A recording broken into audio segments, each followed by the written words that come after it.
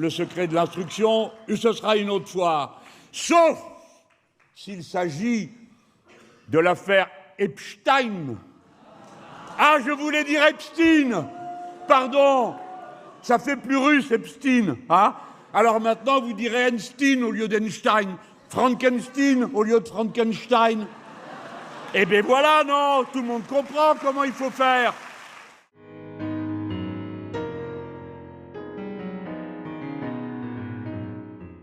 Il y en a qui demandent des clarifications. Moi, ce que j'aimerais, j'ai fouillé. Pourquoi en 2019, quand 2 ministres ont dit, dont Madame Schiappa, c'est à son honneur, a dit, c'est pas possible avec ce qui se passe là-bas, dans l'affaire, à l'époque on disait encore Epstein, aux États-Unis, parce qu'il y a des ramifications en France. Que s'est-il passé? Aussitôt, Madame Belloubet, garde des Sceaux, a dit, ce n'est pas au gouvernement de dire quelles enquêtes doivent être faites. Mais si, parce que ça s'appelle article 40, vous avez le devoir de dénoncer quand vous êtes informé, qui que vous soyez, par exemple les 3 députés qu'il y a là, s'ils apprennent un coup tordu, c'est leur obligation de faire l'article 40 et d'aller le dénoncer. Donc Madame Belloubet, garde des Sceaux, je ne cite pas le reste du personnel qui s'occupe de ce genre d'affaires dans le ministère, j'ai assez de problèmes comme ça. Elle leur a dit, c'est pas à vous de le faire. Et aussitôt, le journal Le Monde a dit, ah oui, cela contrevient à la séparation des pouvoirs. Ah, c'était en 2019. Que s'est-il passé ensuite? Rideau. Plus rien, plus un mot, plus d'enquête. Terminé. Oui, oui, oui, mesdames, messieurs, c'est ça l'investigation.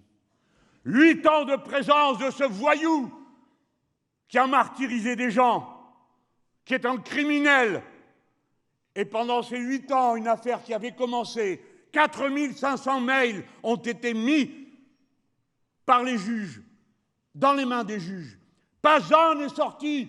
Nous, il ne faut même pas 24 heures quand ils s'en prennent à Delogu pour une affaire qui n'existe pas, de livraison de drogue, parce que le gars qui lui a livré des meubles, par ailleurs, il faisait je ne sais pas quoi dans la drogue. 24 heures. Là, 8 ans de crime, 4500 mails, rien, pas un mot, pas un bruit. Ce n'est pas au ministre machin de dire ce qu'il a à dire, dit Madame Belloubet, qui a donc immédiatement bloqué l'enquête. Garde des Sceaux. Eh oui, bien gardé, on le voit. Voici ce que j'ai ajouté. Après m'être appuyé sur l'enquête de Mediapart pour dire qu'il y avait des gens qui attendaient. Évidemment, je m'appuie sur la superbe enquête de l'Humanité qui nous a rendu un service immense en révélant la vérité ultime, c'est-à-dire que Némésis organisait des traquenards. Oui, des traquenards. C'est dans l'UMA. Il paraît qu'elles ont porté plainte pour diffamation. Eh bien, nous allons voir. Enfin, peut-être pas. Mais il y a pire, il y a plus grave, il y a plus fondamental. Le Canard enchaîné nous apprend, dans un article du numéro de cette semaine, qu'il y a une description de tout ce qui s'est passé dans le rapport des policiers à cet événement. Ils savaient depuis la veille qu'il y avait des menaces et ils n'ont rien dit, notamment à la mairie pour prévenir la police municipale, éventuellement s'ils avaient besoin de renfort. Deuxièmement, ils étaient sur place et dès 17 heures, nous annonce le Canard enchaîné, ils savaient qu'il y avait le risque d'une bagarre et ils n'ont rien fait. Ça, c'est pour le renseignement. Et il y avait une équipe d'intervention territoriale qui était là. Autrement dit, la police savait, la police était présente, la police avait une équipe et ils n'ont rien fait.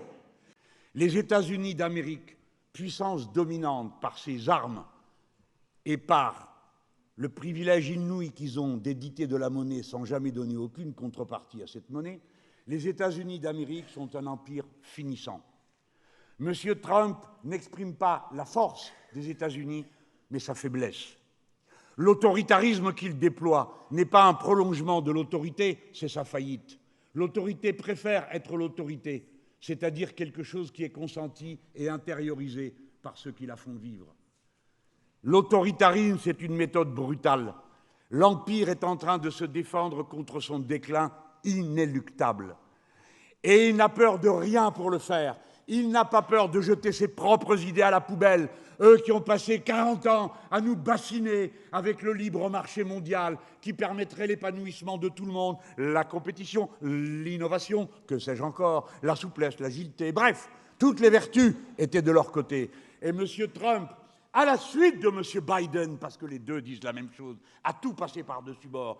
Dorénavant, comme Brejnev, c'est lui qui fixe les prix en mettant des tarifs de douane. Où est le libéralisme là-dedans? Il n'y en a plus. Qu'est-ce que les libéraux qui avaient cette doctrine à nous proposer, qu'ils avaient d'abord expérimenté, devinez où? Au Chili, sous Pinochet, qui ne savait plus quoi faire après avoir assassiné tout le monde. Son pays n'allait pas mieux. Alors ils ont fait venir les Chicago Boys, qui pendant 40 ans nous ont fait un melon comme ça avec la liberté. Ils ont fait les expériences au Chili et ils tuaient tous ceux qui n'étaient pas d'accord pour régler les problèmes quand il y avait débat. Et il n'y avait pas de débat.